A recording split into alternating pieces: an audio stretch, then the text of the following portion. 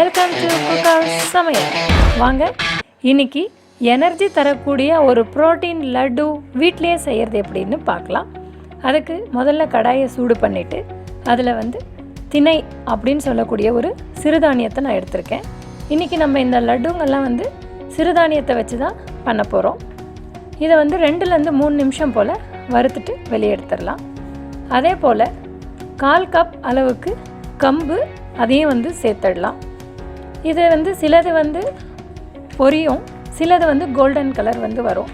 So நம்ம 2லேருந்து 3 நிமிஷம் போல் வறுத்திங்கன்னா உங்களுக்கே தெரிய வரும். இது பாருங்கள் பொரிய ஆரம்பிச்சிருக்கு. இந்த ஸ்டேஜில் நம்ம இதை வெளியே எடுத்துடலாம். பாருங்கள் உங்களுக்கே தெரியும்.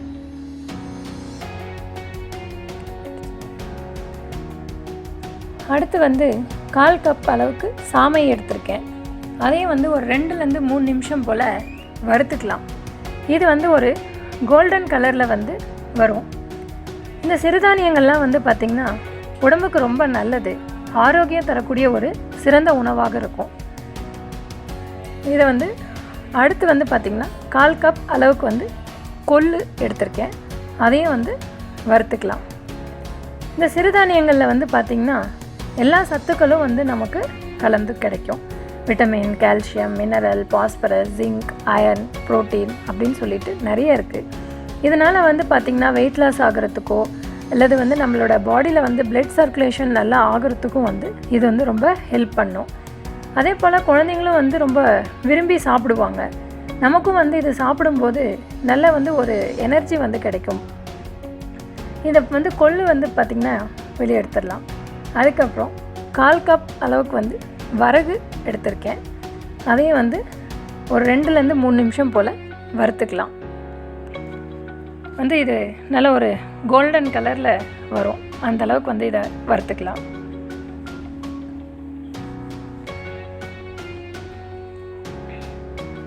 பாருங்கள் உங்களுக்கே தெரியுது. அடுத்து 1/4 கப் அளவுக்கு குதிரைவாலி எடுத்திருக்கேன். இதையும் நம்ம வறுத்துக்கலாம். என்னோடய வியூவர்ஸ் ஒருத்தவங்க கேட்டிருந்தாங்க, இந்த மாதிரி ஒரு ப்ரோட்டீன் கொடுக்கக்கூடிய உணவு எல்லோரும் சாப்பிடக்கூடியதாக ஒன்று சொல்லுங்கன்னு சொல்லிட்டு அதுக்கு தான் நான் இதை போட்டிருக்கேன். இதில் 8 ஏலக்காய் சேர்த்துக்கலாம்.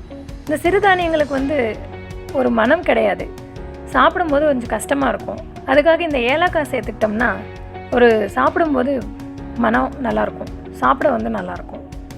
இதை கோல்டன் கலர் ஆகிடுச்சு. இந்த ஸ்டேஜில் வெளியே எடுத்துடலாம். இது போல் நம்ம வறுத்து வச்சுருக்கக்கூடிய அனைத்து சிறுதானியங்களையும் ஆற வச்சுட்டு ஒரு மிக்ஸி ஜாருக்கு மாற்றிட்டு இது ஒரு ஃபைன் பவுடராக நம்ம அரைச்சி எடுத்துக்கலாம். பாருங்கள் எல்லாத்தையும் ஒரு மிக்ஸி ஜாருக்கு மாற்றிடலாம். இது போல் ஒரு ஃபைன் பவுடராக அரைச்சதுக்கப்புறம் ஒரு மிக்சிங் பவுலுக்கு இதை மாற்றிக்கலாம். நம்ம இதுவரையும் எந்த 1/4 கப்பில் எடுத்துகிட்டு இருந்தோமோ அந்த கப்பில் 1/2 கப் அளவுக்கு நெய் இதில் சேர்த்துக்கலாம். சேர்த்துட்டு இதை நல்லா கலந்து விட்டுடலாம். இதெல்லாம் இப்படி ஒன்று போல் கலந்ததுக்கப்புறம் 1 கப் அளவுக்கு வெல்லத்தை தூள் பண்ணி எடுத்து வச்சுருக்கேன். அதையும் இதில் சேர்த்துடலாம். சேர்த்துட்டு இதையும் நல்லா கலந்து விட்டுடலாம். எல்லாமே நல்லா கலந்ததுக்கப்புறம் பாருங்கள் இது போல் நல்லா கலந்து வந்துடலாம். அதே போல் எந்த கப்பில் நம்ம எடுத்தோமோ அந்த கப்பில் 1/2 கப் பால் எடுத்திருக்கேன். பால் ஆனால் கொஞ்சம் கொஞ்சமாக சேர்த்து நம்ம அந்த உருண்டை பிடிக்கிற அளவுக்கு பதம் ரெடி பண்ணிக்கலாம். பாருங்கள் அதையும் ஊற்றிட்டு இப்படி மிக்ஸ் பண்ணிக்கலாம். பாருங்கள் இந்த மாதிரி நல்லா கலந்ததுக்கப்புறம் இது இப்படி நீங்கள் அழுத்தி பார்த்திங்கன்னா உருண்டை நம்ம கைக்கு வரும். ஸோ இது போல் நமக்கு எந்த சைஸுக்கு வேணுமோ அந்த சைஸுக்கு உருண்டை பிடிச்சிடலாம். இவ்வளோதான் ஃப்ரெண்ட்ஸ், ரொம்ப ஈஸியான மெத்தட். நீங்களும் வீட்டில் ட்ரை பண்ணி பாருங்கள். ஒரு எனர்ஜி தரக்கூடிய ஒரு ப்ரோட்டீன் ஃபுட் இது.